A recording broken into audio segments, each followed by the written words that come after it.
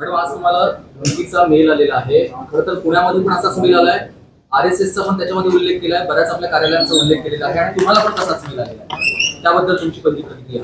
हे बघा, AMC बांगर यांच्या ऑफिशियल मेल ID वरती अशा पद्धतीचा धमकीचा ईमेल आलेला आहे.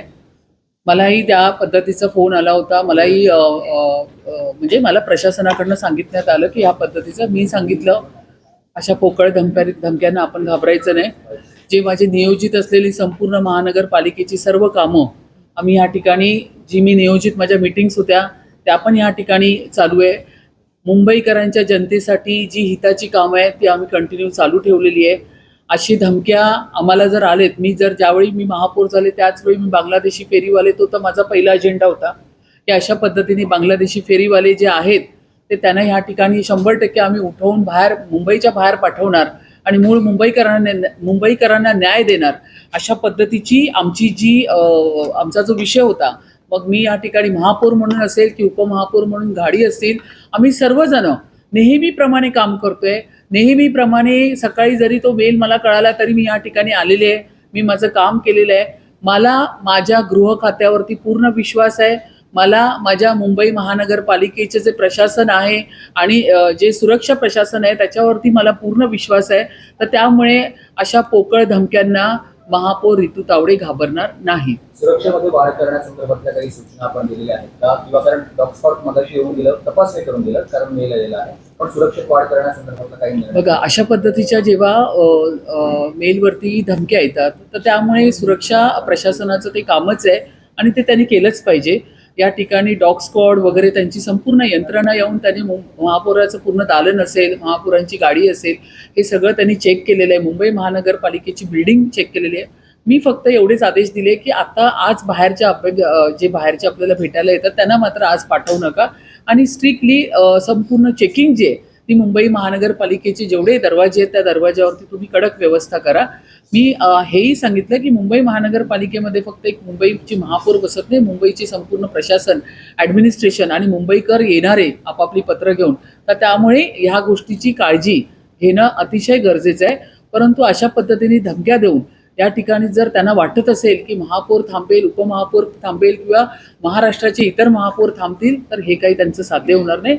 आम्ही आमचं काम मुंबईच्या हितासाठी, मुंबईच्या सेवेसाठी, मुंबईकरांसाठी हे करतच राहू. महानगरपालिका, CM ऑफिस, RSSचे हेडक्वार्टर आणि सगळ्या महत्त्वाच्या जागेंना धमक्या देण्यात आलेल्या आहेत.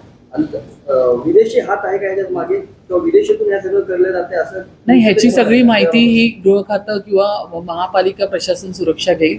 ही संपूर्ण माहिती काय आहे त्याची मी त्यांच्याकडनं माहिती, इन्फॉर्मेशन जी पण आहे ती कलेक्ट करेन नक्कीच. मॅडम, महानगरपालिकेसंदर्भात आणखी महत्त्वाचा मुद्दा आहे. मुळात ते जुळे उड्डाणपूल, त्याला 2021 मध्ये जेव्हा काम सुरू होतं त्याच वेळेला एक अहवाल आलेला होता आणि त्या अहवालामध्ये काय त्रुटी आहे ते सांगितलेलं होतं. तरीही त्या त्रुटींवरती काम न करता आत्ता काम झालंय का? हे खर्च एवढा करून पण पुलावरचे पॅचेस आपण पाहिले, तुम्ही स्वतः जाऊन पाहणी पण घेतली. गोरेगाव येथील मृणालताई गोरे उड्डाणपूल त्याचं मी पूर्ण कालच जाऊन पूर्ण पाहणी करून आली.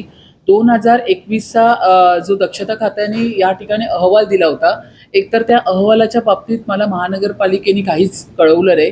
तर त्यामुळे आता तुमच्याकडनं जी इन्फॉर्मेशन मिळाली आहे त्याची मी माहिती पूर्ण घेणार. पण तरी पण पाहणीच्या वेळी जी मला क्वालिटी दिसली ती तर मला व्यवस्थित दिसली. माझी फक्त एकच त्या ठिकाणी मागणी होती, ते म्हणजे त्याचं जे फायनल प्रॉपर जे फिनिशिंग करायचं होतं उड्डाणपुलाच्या बाबतीत ते मला कुठेतरी अनइव्हन दिसलं. काही थोडे पॅचेस दिसले तर काही ठिकाणी हम्प्स दिसले. तर मी त्यांना सांगितलं ते तुम्ही काढून टाका आणि ह्याची दक्षता कमिटीने किंवा ह्या ठिकाणी विजिलन्स असेल किंवा IIT मुंबईसारख्या प्राधिकरणाला आपण सांगितलेलं आहे की ह्याचा पूर्ण अहवाल मला ह्या ठिकाणी देण्यात यावा.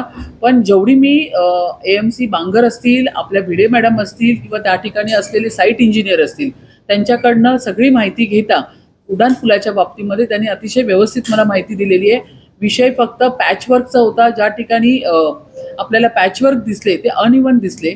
पण जेव्हा मास्टिकचा रोड असतो तर त्यावेळी असे पॅचवर्क टाकल्यानंतर काही काळानंतर वाहनं त्याच्यावरून जातात आणि टायरच्या घर्षणाने ते सगळं लेवल होतं. तर अशा पद्धतीचं आहे. पण 2021चा जो अहवाल आहे तो मात्र महानगरपालिकेच्या प्रशासनाने मला दाखवला नाही. तर त्याची माहिती मी नक्कीच घेईन.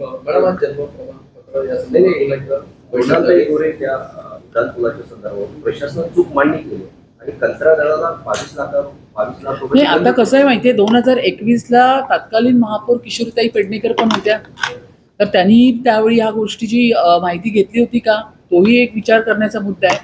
तर काल त्या जाऊन तिथे त्यांनी आंदोलन केलं. तत्कालीन महापौर म्हणून ही संपूर्ण माहिती त्यांनी त्यावेळी प्रशासनाच्या पुढे त्यांनी आणायला हवी होती, कारण त्यावेळी त्या स्वतः महापौर होत्या.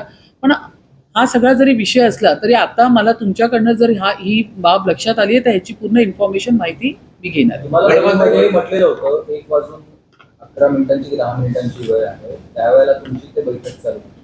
बैठक कसली होती, बैठकीमध्ये काय निर्णय झाला आणि ही बैठक होणं याच वेळेला काय नेमकं?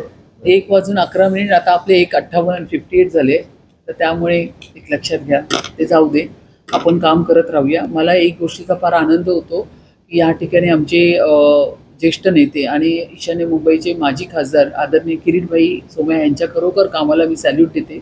या ठिकाणी 19,734 जन्म प्रमाणपत्र बनावट असल्याचं या ठिकाणी आपल्याला शासनाने सांगितलेलं आहे आणि या ठिकाणी ही जन्म प्रमाणपत्र रद्द यासाठी प्रस्ताव राज्य सरकारकडे पाठवण्यात आलाय, तो त्यांनी मान्य केलेला आहे आणि त्याच्यामध्ये कारवाई करा असे आदेश बृहन्मुंबई महानगरपालिकेला दिले आहे. लक्षात घ्या, 19,734 फार मोठी आहे संख्या.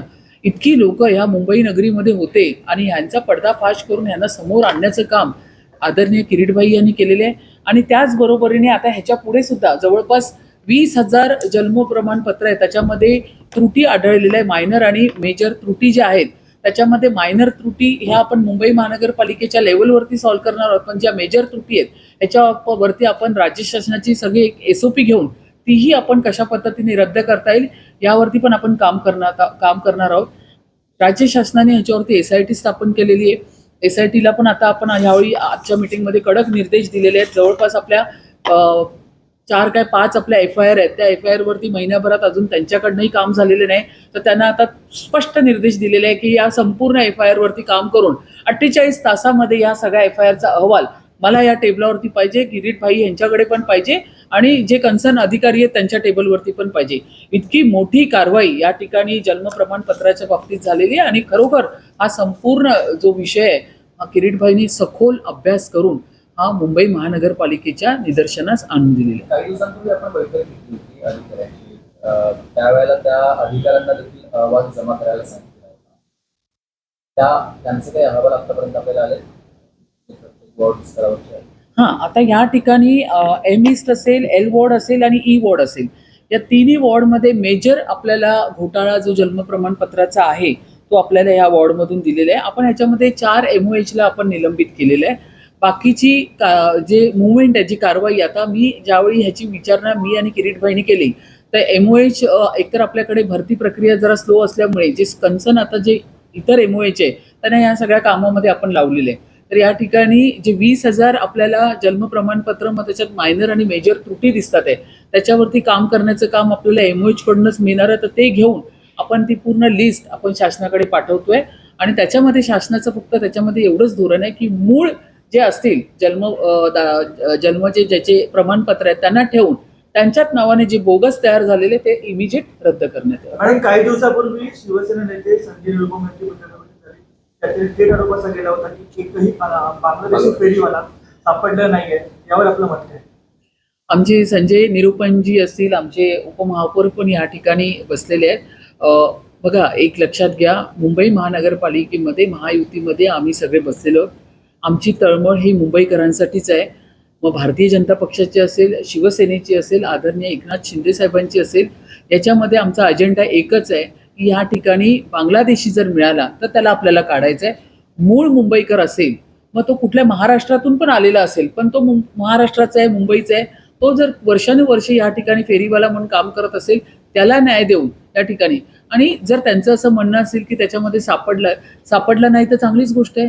जर या पूर्ण 99,000 मध्ये एकही जर बांगलादेशी सापडला नाही तर ह्याच्यापेक्षा आनंदाची गोष्ट काय, पण सापडला तर नक्कीच कारवाई करू. त्या 99,000 फेरीवाल्यांना मारकोड तुम्ही देणार आहात, परंतु दुसरीकडे जे नगरसेवक आहेत त्यांनी विरोध केलेला आहे स्टँडिंग कमिटीमध्ये, कसं बघतो? आमची तिवानीजी यांनी हा उपस्थित केला होता. त्यांचं असं म्हणणं होतं की QR कोड हा सरसकट देण्यात येऊ नये. त्यांची सूचना चांगली आहे. फक्त मला याच्यामध्ये एवढंच ॲड ऑन करायचं आहे की आपण ज्यावेळी एखाद्याला या ठिकाणी विक्रेता प्रमाणपत्र देतो किंवा QR कोड देतो, तर त्याच्यामध्ये तिवाने यांचं असं म्हणणं होतं की त्याची पार्श्वभूमी चेक करा. गुन्हेगारी प्रवृत्तीचा जर असेल, त्याच्यावरती काही गुन्हे दाखल झालेले असेल आणि आपण जर ते चेक केले नाही आणि पुन्हा आपण जर त्याला बारकोड देणार असू, तर ते मात्र चुकीचं ठरेल आणि ही संपूर्ण जबाबदारी प्रशासनाची आहे. तर प्रशासनाने ह्या ठिकाणी झालंच तर पोलीस यंत्रणा त्याची पण त्याच्यामध्ये सहभाग घेऊन या पद्धतीचा जो एखादा प्रमाणपत्र किंवा बारकोड देताना त्या फेरीवाल्याची पार्श्वभूमी तपासणी ही जास्त महत्त्वाची.